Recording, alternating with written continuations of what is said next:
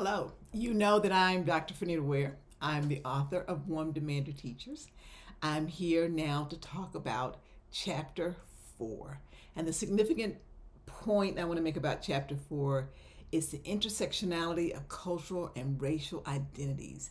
And there is an activity in that chapter of the book about your cultural, racial intersectionality of those identities, and then the identity where you say, this is who I am.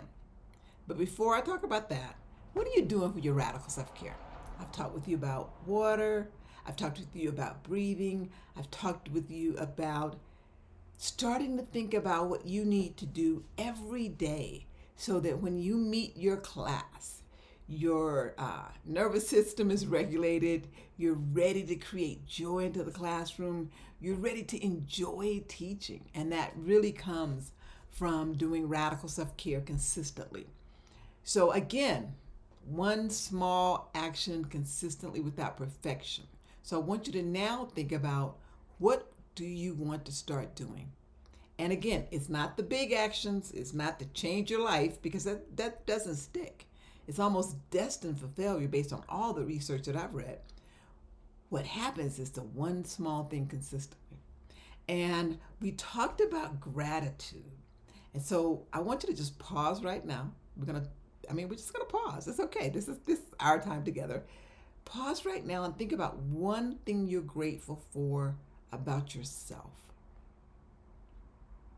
Frequently, we talk about what we're grateful for and we think about those things outside of ourselves, like our family or our homes or our pets or our jobs or just, different things that we get to do.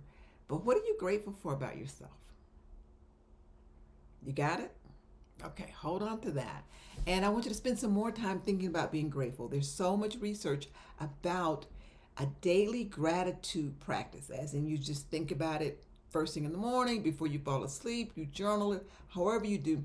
What that does is it rewires your brain to make you more optimistic. And I want you to be optimistic when you teach our students. If you've got the book, I talk about our students in chapter 1 and the importance of embracing them as our students. And that's what Warm Demander teachers do. So let's talk a little bit about cultural racial identity. Cultural identity and racial identity are very complex for anyone, and especially in our country. Our racial identity can be a marker that other people use to see us and determine how they're going to interact with us. Culture is fluid, however.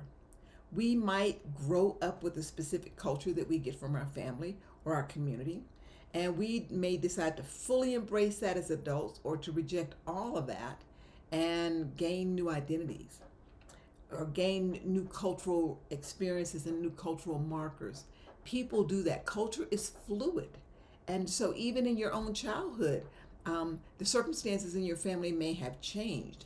And so some of the cultural indicators may have changed as you became older or throughout your life. But as adults, we get to pick. We get to choose what is our culture. And since culture is so fluid, what we pick at one age may evolve naturally into something else at a later age. And so the intersection of race, which is fixed, and culture, which is fluid, gives us a sense of who we are.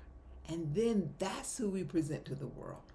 That's who we tell people, this is who I am. And I get to say who I am.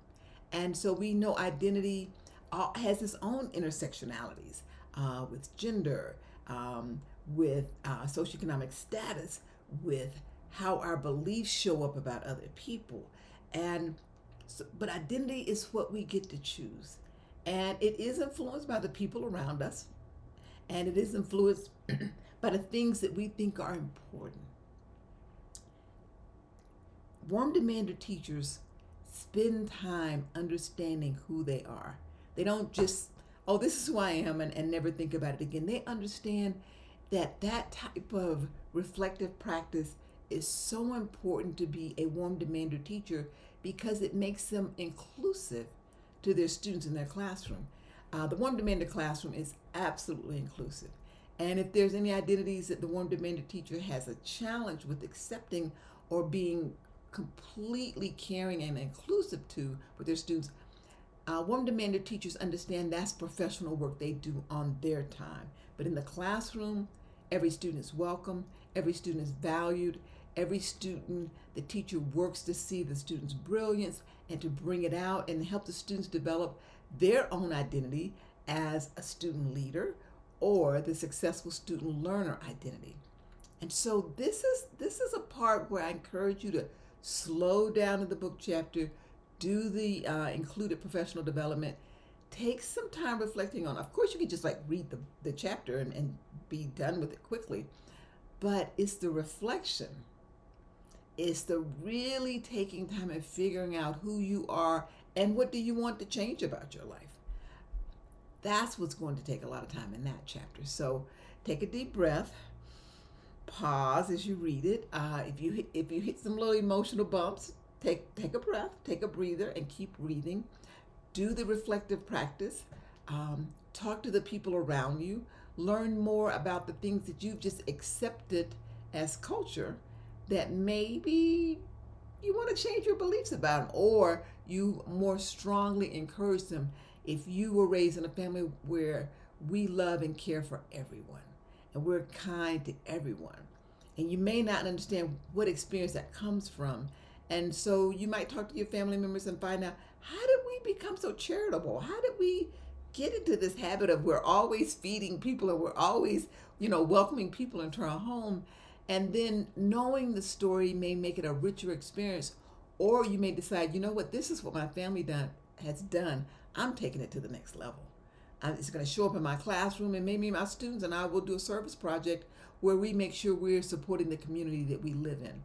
There's so much that a reflection on your cultural and racial identity opens the door for just becoming an even greater human being. And that's what warm-demanded teachers are. They're really great human beings who work at being great human beings because it is work.